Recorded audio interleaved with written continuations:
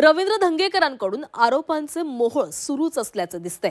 निवडणूक प्रतिज्ञापत्राची copy post करत त्यांनी मुरलीधर मोहोळ यांच्यावर हल्लाबोल केलेला आहे। मुरलीधर मोहोळांवर दाखल गुन्ह्यांबाबत त्यांनी पोस्ट केलेली आहे। मुरलीधर मोहोळांवर अॅट्रॉसिटीसह अनेक गंभीर गुन्हे दाखल असल्याचा दावा त्यांच्याकडून करण्यात आलाय। मोहोळ सराईतपणे खोटं बोलत असल्याचा हल्लाबोलही त्यांनी केलाय। आणखीन 2 प्रकरणं घेऊन लवकरच भेटूयात असं त्यांनी पोस्टमध्ये म्हटलेलं आहे। आरोपांची मालिका थांबणार नसल्याचंही त्यांनी स्पष्ट केलंय।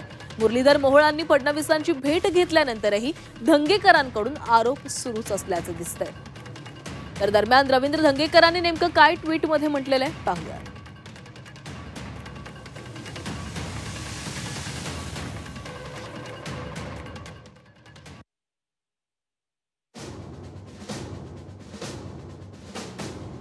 अतिशय सुसंस्कृत व सरळ मार्गी वाटणारे मुरलीधर मोहोळ हे कशा पद्धतीने खोटं बोलतात याचं उदाहरण मी तुम्हाला देतो। काल माध्यमांशी बोलताना त्यांनी सरळ सांगितलं की त्यांच्यावर एकही गुन्हा नाही। मी या पोस्ट सोबत आपल्याला त्यांच्या इलेक्शन ॲफिडेव्हिट मधील पानांची कॉपी जोडतोय। त्यांच्यावर किती गुन्हे आहेत ते कशा संदर्भात आहेत, अगदी अॅट्रॉसिटी सारखा गुन्हा देखील मुरलीधर मोहोळ यांच्यावर दाखल आहे।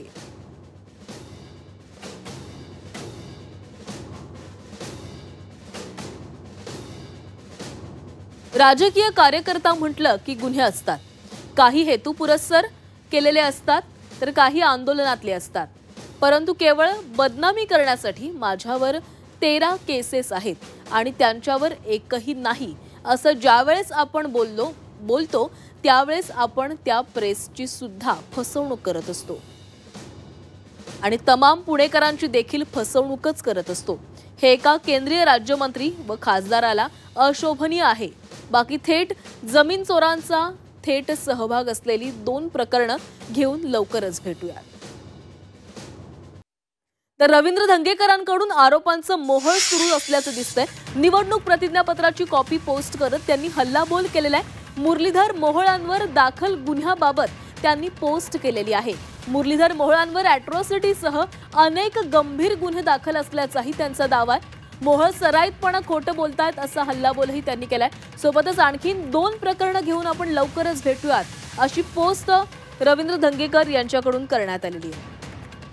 आणि या संदर्भात अधिक बोलूयात आमचे प्रतिनिधी चंद्रकांत फुंदे आपल्यासोबत जोडले गेलेले आहेत। चंद्रकांत, मोहोळ यांनी फडणवीसांची भेट घेतलेली होती। या भेटीनंतर धंगेकरांचे आरोप थांबतील असं वाटत होतं, मात्र धंगेकरांनी आणखीन नवे आरोप केलेले आहेत। मोहोळांवर कोणकोणते गुन्हे दाखल आहेत या संदर्भात त्यांनी पोस्ट केलेली आहे। होय, त्यांनी मोहोळ यांचं ॲफिडेव्हिट जे आहे, इलेक्शन ॲफिडेव्हिट, त्याची कॉपी टाकलेली आहे। त्यात एक अॅट्रॉसिटी संबंधीचा तक्रारीचा गुन्हा आहे, गुन्हा दाखल झालाय की नाही ते अजून कोर्टात केस प्रलंबित आहे असंही त्यात मोहोळांचं म्हणणं आलेलं आहे। पण जे बाकीचे जे काही इतर काही राजकीय आंदोलनाचे गुन्हे असतात ते सगळं ती यादीच दिलेली आहे। आणि काल मोहोळ माध्यमांशी बोलले होते की बघा, माझ्यावर एकही गुन्हा दाखल नाही, गंभीर गुन्हा दाखल नाही असं त्यांनी शब्दप्रयोग केला होता खरं तर।